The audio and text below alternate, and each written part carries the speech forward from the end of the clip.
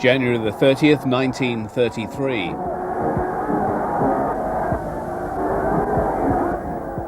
Hitler is named Chancellor.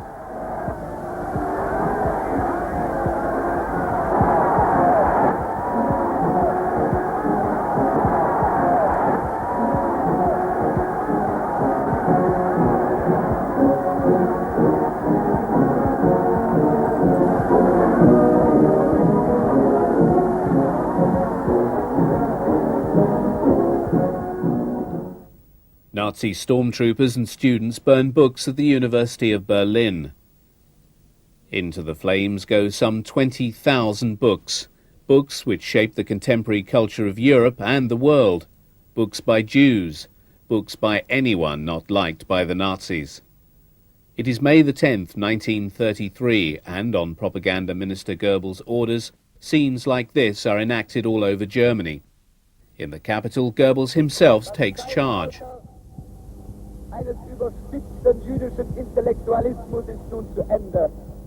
He states the age of Jewish intellectualism is finished.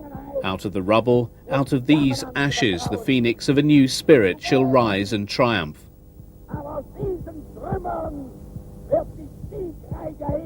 It can be but a prelude. When one begins to burn books, one ends by burning people. So warned Heinrich Heine 100 years earlier. And so it was to be. In May 1937, SS Gruppenführer Eich reported that the Ettersberg site, a wooded hill 4 miles from Weimar, could hold a concentration camp housing 8,000 inmates and 1,300 guards. Work was begun by the SS in the summer of 1937, and they called the camp Buchenwald.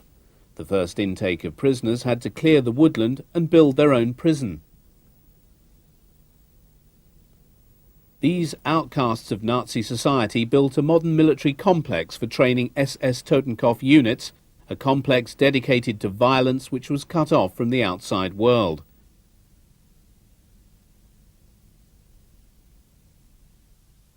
On the 8th of November 1937, Heinrich Himmler, Reichsführer SS and Chief of Police, ordered that political and criminal prisoners should be interned in camps for several years until their will was broken.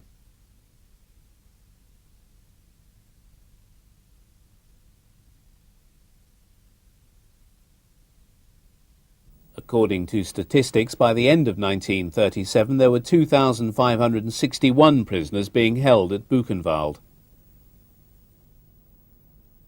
The NSDAP party rally in Nuremberg, 1937. The workers idolized Adolf Hitler. The people and their Führer shared a dream of a greater Germany. Propaganda, warmongering and racial discrimination began to take hold. The police and surveillance organization run by Himmler's SS started to systematically eliminate all opposition. The state publicly denounced its enemies. These included Social Democrats, Communists, Jews, Gypsies, homosexuals, Jehovah's Witnesses, social outcasts and criminals. The SS organized efficient transportation to the camps, where the prisoners were dehumanized and became nothing more than a category and a number. Was ein Konzentrationslager wirklich ist, das wusste man damals nicht und das kann man eigentlich heute auch kaum beschreiben, das kann man eigentlich nur erleben. Wir mussten uns anziehen, antreten und dann sind wir irgendwo hingeführt worden. Wir wussten ja nicht, wir sahen nichts, es war dunkle Nacht. Aber dann hörten wir marschieren, marschieren, marschieren, immer die dritte. Und es war unheimlich, wie viel da marschiert sind und so. Das konnte man gar nicht vorstellen, was ist denn da, ist nicht los. Aber wir haben da am Rand vom Appellplatz gestanden. Und die anderen, die aus der Baracke kamen und so weiter, die sind da zum Appell aufmarschiert. Work was designed to sap the strength and curb resistance. It was physically exhausting. Those who could no longer work were sent to the gas chamber. Any contravention against camp regulations resulted in the most brutal and violent punishment.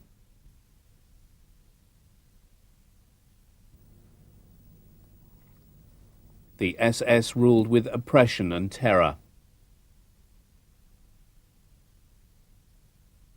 The working parties in the quarries witnessed terrible brutality and cold-blooded murder. The official cause of death, according to the SS, was always accidents, falling rocks, or being shot while trying to escape. Und in den ersten Jahren, also vor dem Krieg, da stellten die SS-Truppenverbände die Postenketten rings um den Berg tagsüber auf den Wachtürmen und als Begleitposten, wenn Häftlinge oder Häftlingskolonnen außerhalb arbeiten mussten, außerhalb der Postenkette oder auch Steinbruch und so weiter. Das waren Mörder. Ich bin einmal durch eine Lagerstraße gegangen und zwischen zwei Blöcken, also die Lagerstraße geht quer und die Blöcke standen dann senkrecht dazu und zwischen zwei Blöcken stand ein SS-Mann. Ich habe aber den nicht schnell genug gesehen und habe nicht schnell genug meine Mütze vom Kopf gerissen, wie das Vorschrift war. Der hat mich bestraft mit Aufhängen am Baum. Buchenwald was ruled by fear, with hours of standing in line for roll call, incessant beatings, floggings, hangings, sadistic acts of torture and executions. The basic rules for survival were: be watchful at all times, do not draw attention to yourself, and try to make yourself invisible. The SS thought that all prisoners were filth and garbage to be discarded. To approach a guard or attract his attention was certain to end in death or a terrible beating.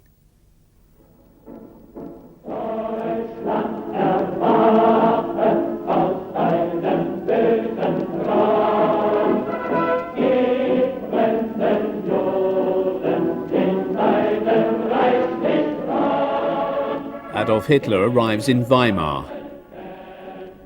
The dictator presented himself to his people as the wondrous saviour of Germany. Jubilation, ecstasy and fanaticism in Weimar, the town of German poets and philosophers, and where the people were so proud to have been the first to vote for National Socialism. Terror soon became part of daily life. In November 1938, railway wagons containing thousands of Jews arrived at the station in Weimar.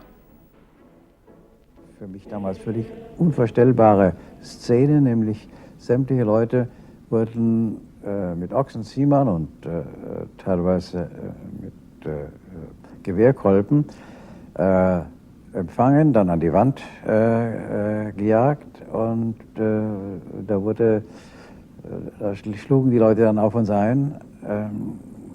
Ich habe keine Ahnung, ob das 1 Minute dauerte oder 5 Minuten, da vergisst man ja die Zeit. Und dann plötzlich irgendwann ist wieder vorbei, dann hieß es raus, raus, Juden raus, weiter. Dann liefen wir auf den Platz vor dem Bahnhof, da waren Militärwagen oder Wagen, die aussahen wie Militärwagen. Und da wurden wir wieder hineingeprügelt, und es war natürlich auch überfüllt, man konnte kaum etwas sehen. Und dann begann eine schnelle Fahrt ins Unbekannte.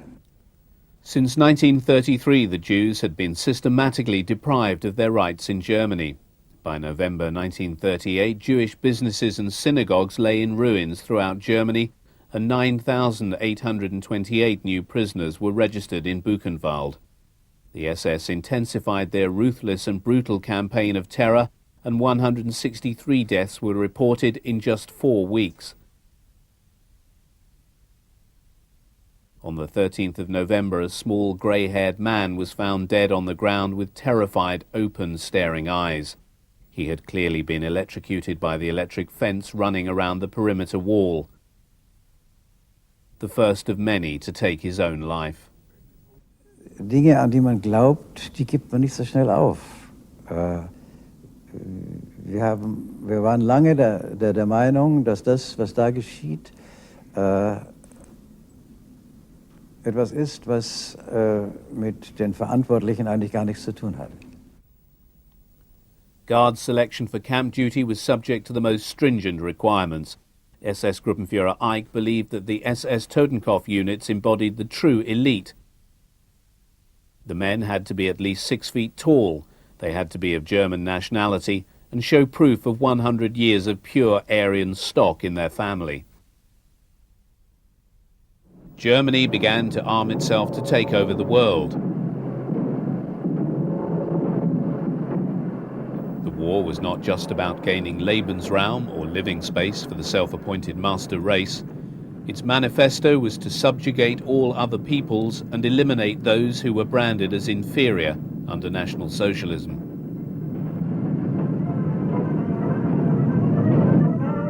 The German population were either jubilant or silent. Concentration camps had already been accepted as part of everyday life. Weimar lived with Buchenwald, and the enemies of the community were successfully excluded from society.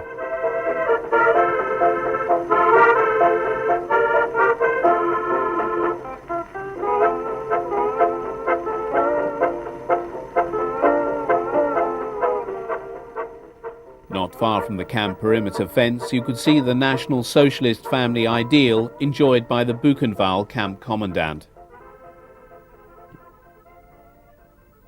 SS Sturmbannführer Karl Koch and his wife Ilse were greatly feared in the camp. He said that only the healthy or the dead would be tolerated at Buchenwald.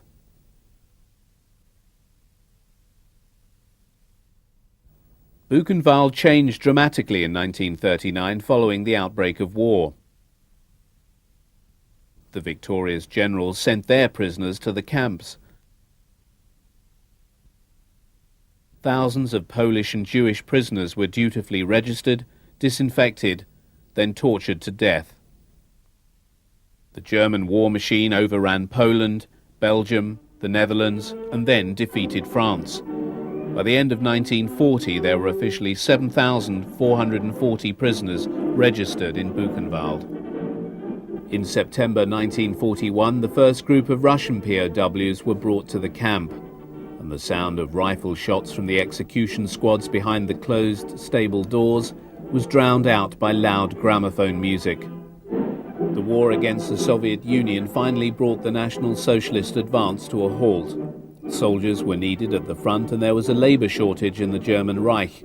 But Reichsführer SS Himmler still had access to an inexhaustible supply of slave laborers.